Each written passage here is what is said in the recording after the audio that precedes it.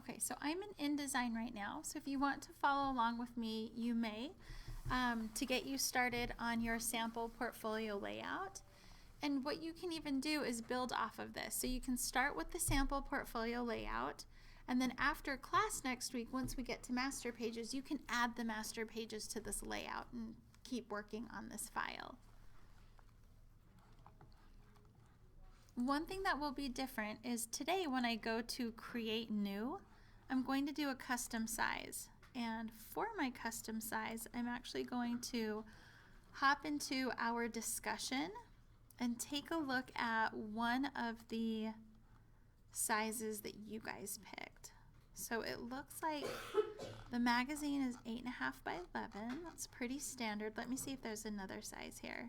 This is really unique. 11 and a quarter. Let's go. You're not projecting. Oh, I'm not, sorry. Sometimes when I'm recording, I'm assuming I'm projecting. There we go. Now I'm back. Okay, so I'm going to do a photo book that's 13 by 11.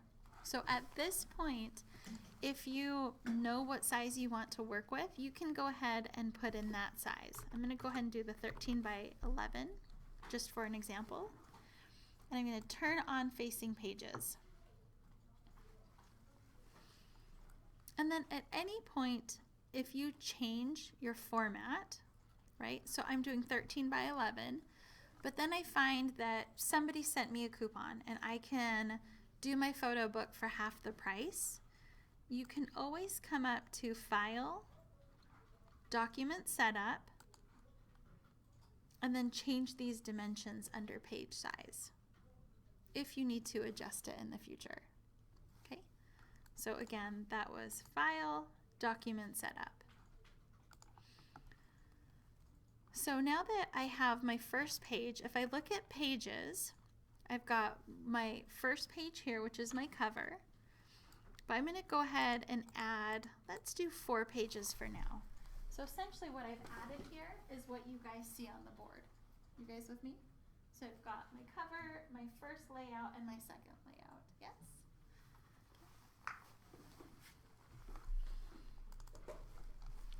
And now what I want to start thinking about is, what is this going to look like? What is coming? What am I going to include?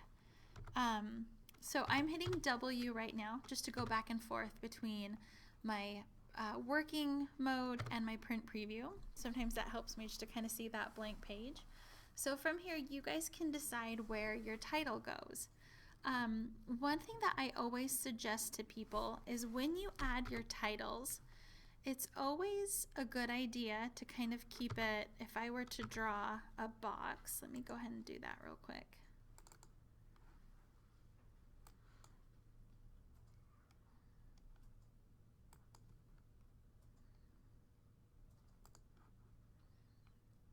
It's always good to either do it in like the bottom right like this.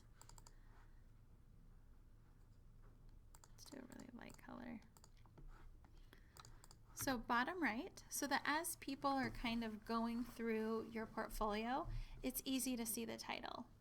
Another thing that works really well is maybe putting your title vertically across this right side or even this left side here. Those are really good options too, because then again, as you flip through, they're kind of readily available for you. Now remember, before you get too far on placing any of this stuff, make sure to get your page numbers in here, or at least a placeholder for your page number, so you don't get these in and think, oh, where's my page number going to go? So at least put in a placeholder for those. And then when we work on our master pages next week, we'll go over how to actually add those page numbers formally so that each page gets numbered automatically.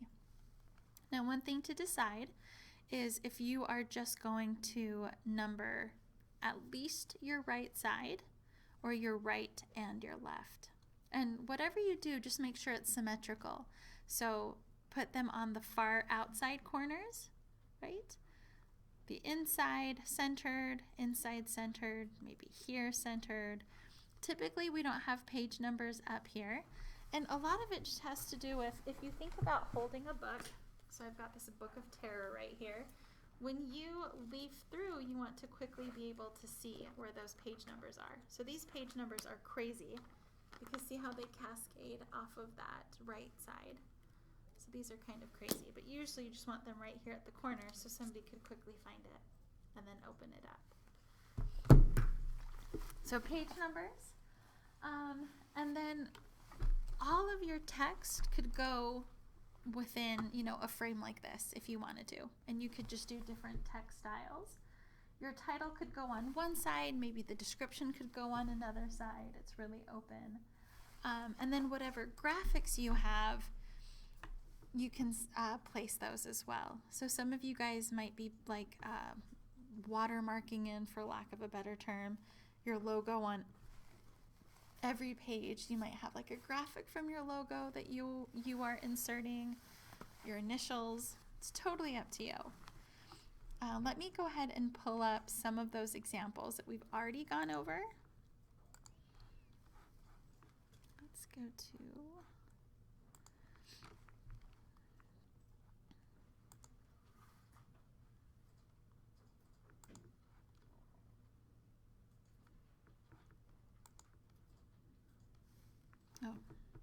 the school has, oh funny, this is not the right account. Sorry, I'll go ahead and record this part. Okay, so we've got all of these different covers here. So I hope that immediately you see their choice in graphics and their choice in fonts, right? Is that pretty immediate? I'll just skip around and look at some of these. So here's one. And as I go through these now that we've talked about it a bit, look at the portfolio and think to yourself if the graphic layout is as strong as the work in it, right? What we're trying to see is that they're both equally strong.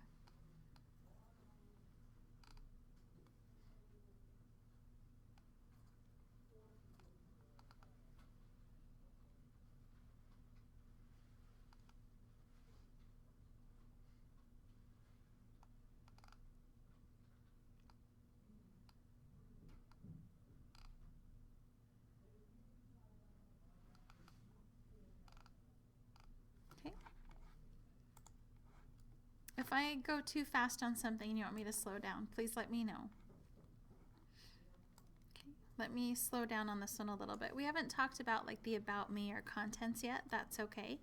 What we want to start with are these pages right here. So let's look at my list right now. Do you guys see an apparent title? Okay. What about a date or a semester? Has that been included? No? I don't see one. Okay, I'm not trying to trick you. I'm really just asking so we can evaluate. What about a page number? Do you guys see a page number? Description? This might be a really short one right here. Did I already say page number? Okay, and then graphics. Right, we've got a logo here. I would consider this a graphic. Just that block right there.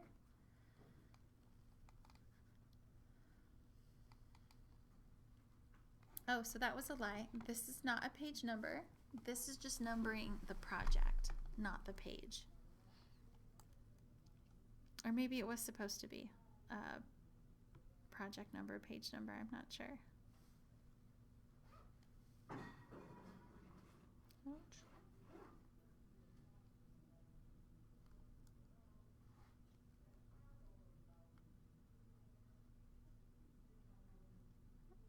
Are some of these projects looking familiar?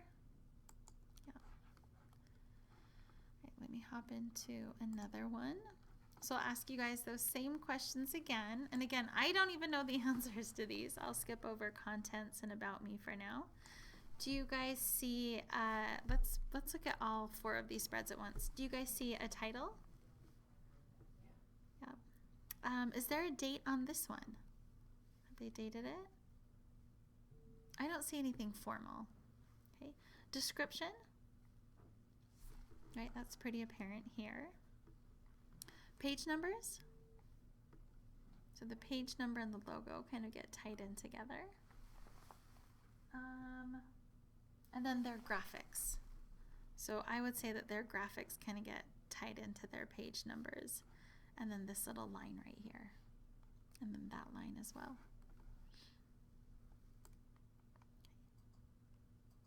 And I'll just quickly go through and show you how this layout gets applied to the different projects.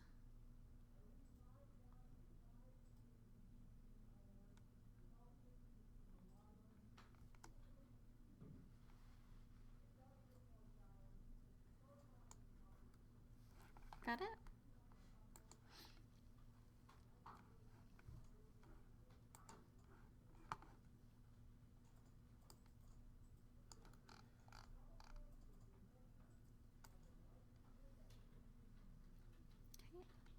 Let's see if I can get a few of these. Yep, I can get two on one page. Do you guys see a title? Got a title. Page numbers.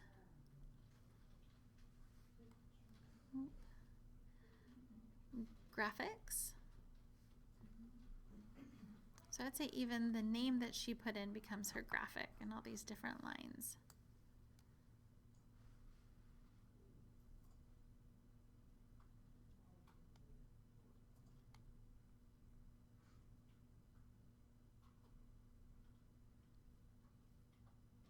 Okay. Right. Let me grab.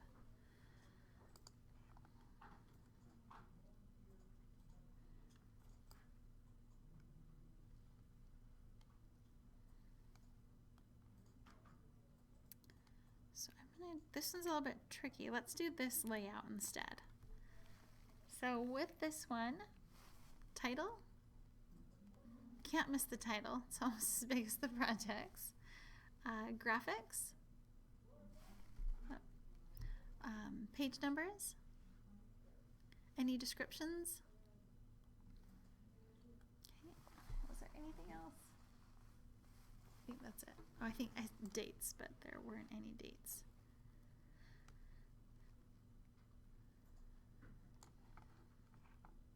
Okay. Just be mindful of the size of things. When this gets printed out on 11 by 17, that's pretty big. This pendant light!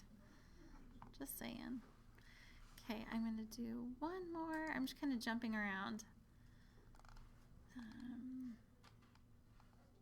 I don't think I'll be able to get two on one page, but it's really consistent.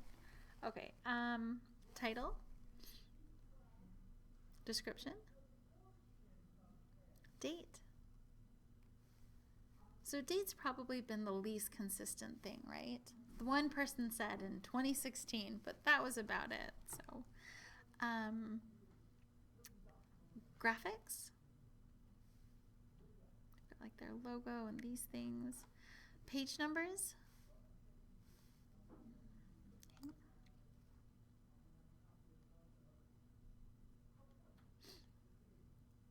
So if you think that you are going to do a portfolio that gets put into a binder, I would be okay if you didn't number your pages, because sometimes depending on who you're going to interview with, you might take some projects out or add projects later. So if you think that it would be easier for you to add and take out, I'd be okay if you left the project numbers off. I might make you do like a digital PDF version that does include it, just to show me that you can do it and know how. Okay, I think that's a good mix of different types of portfolios. So here, title, right, description, and then the graphics are kind of the yellows and the blacks. So what I'm looking for, if you can think back to all those examples we just saw, and again, I've been recording this whole time, imagine seeing all of these without the projects there and just kind of gray boxes for where the actual projects would go. hope that helps. And really, if you look at something like this, if the whole page turns into a gray box and you come back later and kind of segment it, I think that would be okay. But just try your best right now to take a stab at where you think it'll go. Now, before I stop recording, do you guys have any questions about this part so far before I kind of keep going? The only other thing that I wanted to show you is how to export this as a JPEG. I know that we've done PDFs, but I'm not sure if you guys have done a JPEG export. So see how this is page 1, then I have 2, 3, 4, 5. You guys see that on my preview right here? Let's say that for the discussion, I only want to show pages 2 and 3 because these are the 2 that are done. And I'm still working on 4 and 5. I'll upload those a little bit later. Are you guys with me on that? Okay. So the way that you would do that is similar to what you did with your PDF. I still went to Control E, which is export. But then this time, down here where it says PDF print, I want to change that to JPEG. And again, I'm going to do that one more time. So Control E, export. You could even go up to File. Export is in here somewhere. There we go. And up until this point, they have been PDFs, I think. Maybe we've done JPEG. Sorry if this is redundant. I don't remember, so I just want to make sure it's all in here.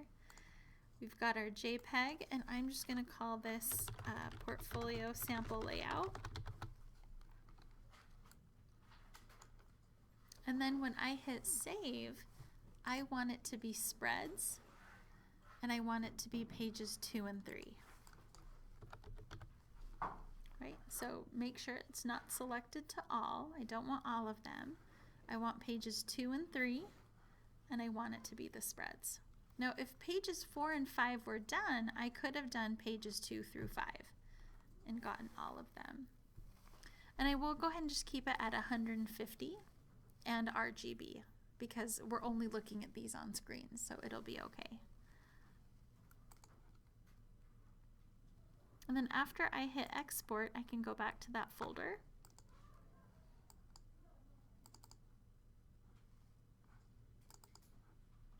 And that's what the JPEG looks like. So you'll see both sides of the page in one image. So it'll be easier for us to see your idea instead of 2 segmented images. Okay, so just make sure to have those up before class so we can have our discussion. All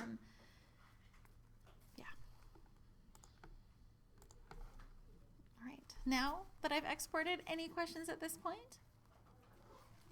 Okay, I'm going to go ahead and stop the lecture then. The rest of the time is time for you to work, ask questions, whatever you might need. But just remember, next week we'll be starting off class with this discussion and then hopping into master layouts.